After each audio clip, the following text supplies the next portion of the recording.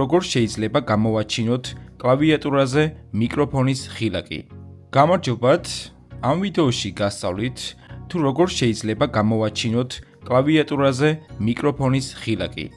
გადავიღე ვიდეო, სადაც გიხსნით თუ როგორ შეიძლება დავწეროთ მესიჯი ხმოვანის დახმარებით, ანუ მაგალითად ჩვენ თუ გვეზარება მესიჯის წერა, ჩვენ შეგვიძლია კლავიატურაზე განთავსებულ მიკროფონის ხილაკს დავაჭიროთ და რასაც ვისაუბრებთ, ის დაიწერება რა და აღარ მოგვიწევს ტექსტის შეყვანა, ესე კლავიატურაზე აკრეფა რა.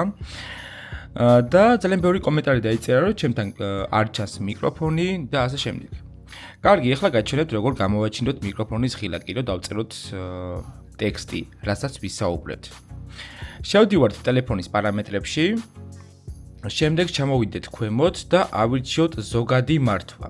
აი ნახეთ, აქ არის ზოგადი მართვა, დავაჭიროთ მასზე და შემდეგ აქ არის კლავიატურა. აი ნახეთ, კლავიატურა, დავაჭიროთ მასზე და შემდეგ აქ არის კლავიატურის ხილაკი ნავიგაციის ზოლზე.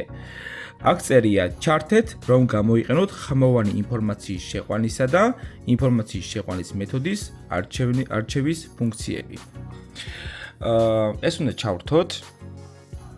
ჩავრთეთ და ამის შემდეგ აქ იქნება მარცხენა მხარეშჩვენება, მარჯვენა მხარეშჩვენება, მოდი ჩვენ ავირჩიოთ სასრულეს, მოდი ავირჩიოთ მარცხენას და ამის შემდეგ როცა უკვე შევა კლავიატურაში გამოჩნდება მიკროფონის ხილაკი. თუ მიკროფონის ხილაკი არ ჩანს და ესეთი რაღაც გამოჩნდება თქვენთან, აი ნახეთ, თუ მიკროფონის ხილაკის ნაცვლად გამოჩნდება ესეთი ხილაკი, დიდხანს დააჭირეთ და შემდეგ აირჩიეთ შეყვანილი ხმა და გამოჩნდება მიკროფონი. ამის შემდეგ, თუ გინდათ რომ ტექსტი აკრიფოთ, რასაც ისაუბრებთ, შედიხართ პარამეტრებში, შემდეგ ანუ Samsung-ის კლავიატურის პარამეტრებში შედიხართ, შემდეგ აირჩიეთ შეყვანილი ხმა და გადაიყვანეთ Google-ში ტექსტის აკრიფა ხმაზე. აი თქვენთან ესე იქნება დაყენებული და გადაიყვანეთ მეორეზე. ამის შემდეგ დააჭერთ მიკროფონს.